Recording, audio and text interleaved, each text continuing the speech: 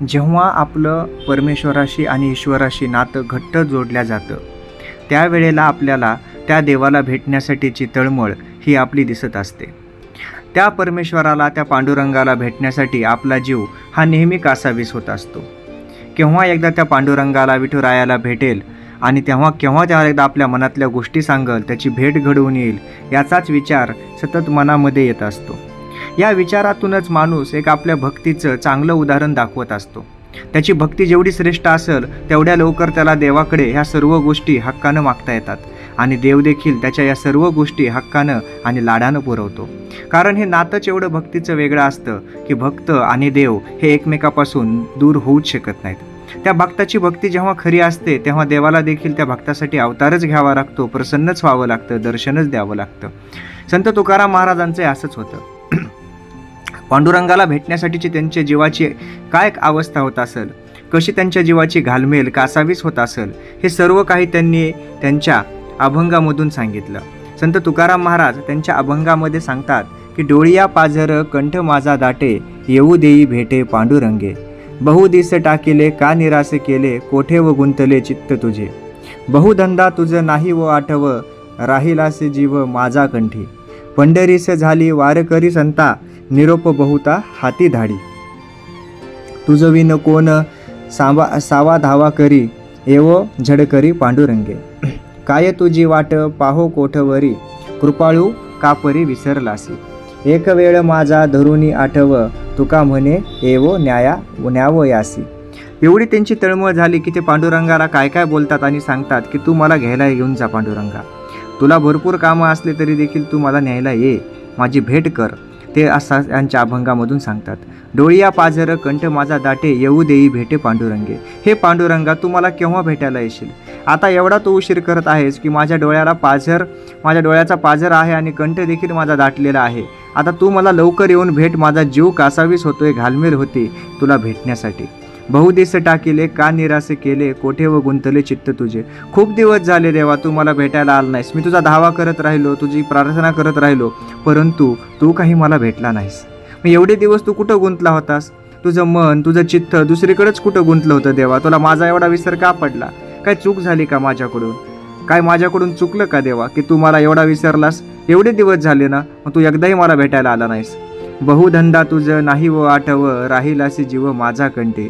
मला माहिती आहे देवा, तुझ्याकडं संपूर्ण जगाचं विश्वास काम आहे, तुझ्याकडं खूप मोठे धंदे कामं आहेत, तुझा खूप व्याप मोठा आहे, तरी देखील माझा जीव मात्र ह्या कंठात तुझ्यासाठी अडकून पडलेला आहे.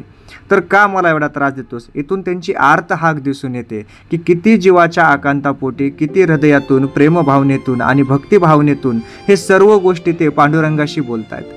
पांडुरंगाशी म्हणतायत की मला तू केव्हा भेटशील देवा, मला माझ्याशी केव्हा तू संवाद साधशील. त्याच दिवसाची मी आठवण करतोय, त्याच दिवसाची वाट पाहतोय. पंढरीस जाती वारकरी संता, निरोप बहुता हाती धाडी. जे कोणी वारकरी संत पंढरीला जाऊ लागले त्या प्रत्येकाला मी माझा निरोप दिला होता, त्यांच्या हातून माझा निरोप धाडला होता की हा निरोप माझ्या पांडुरंगाला द्या, हा निरोप माझ्या विठुरायाला द्या. किती दिवस झाले की तू मला भेटायला आला नाही. एवढा निरोप पाठवून देखील तू एवढा निष्ठुर का झालास देवा? तू का मला भेटायला आला नाहीस? तू मला भेटायला यायला हवं होतंस. ही जी बोलण्याची भाषा किंवा ही जी बोलण्याची आर्त हाक आहे ती एक खरा भक्तच किंवा संतच देवाप्रती करू शकतात.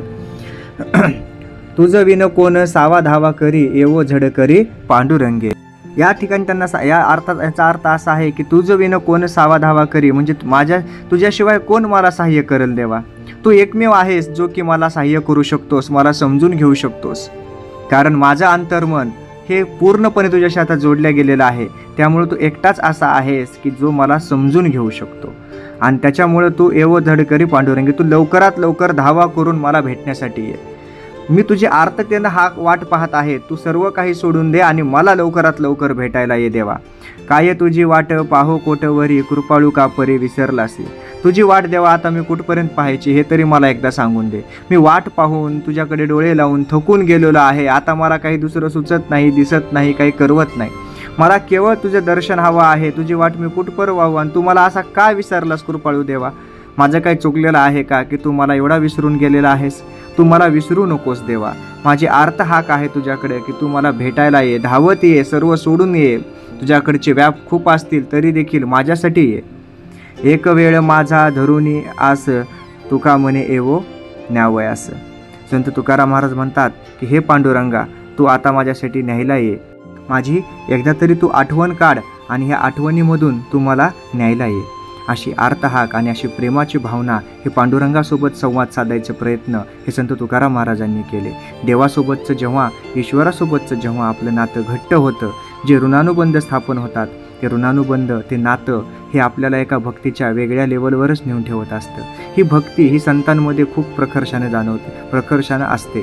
आपल्या सामान्य माणसाला देखील भक्त म्हणून घेण्यासाठी अशा प्रकारची खोलवर भक्ती करावी लागेल. देवाला निश्चितच आवाज ऐकून यावंसुद्धा लागेल, कारण त्याचा भक्त जर खऱ्या मनाने त्याला बोलवत असेल आणि तो भक्तच मुळात खरा असेल, तर देव कुठूनही कशाही परिस्थितीत सर्व काही सोडून त्या भक्तासाठी कधीच मागं राहत नाही, नेहमी तत्परतेनं पुढं असतो. कारण त्या देवाला देखील त्या भक्ताची तेवढीच काळजी असते जेवढी त्याला ह्या विश्वाची काळजी असते. कारण भक्ताची भक्ती हेच देवाचं भक्तिपणमध्ये सामावलेली असते. जर भक्त नसेल तर देव तरी कसा राहील? देव कशाचा भुकेला आहे? तर देव हा फक्त भक्तीचा भुकेला आहे. ही भक्ती त्याला त्याच्या भक्तांमध्ये दिसून येते. त्या भक्तांची जी भक्ती असते ही देवाला देखील आवडते, कारण हे एकमेकांना पूरक होऊन जातात.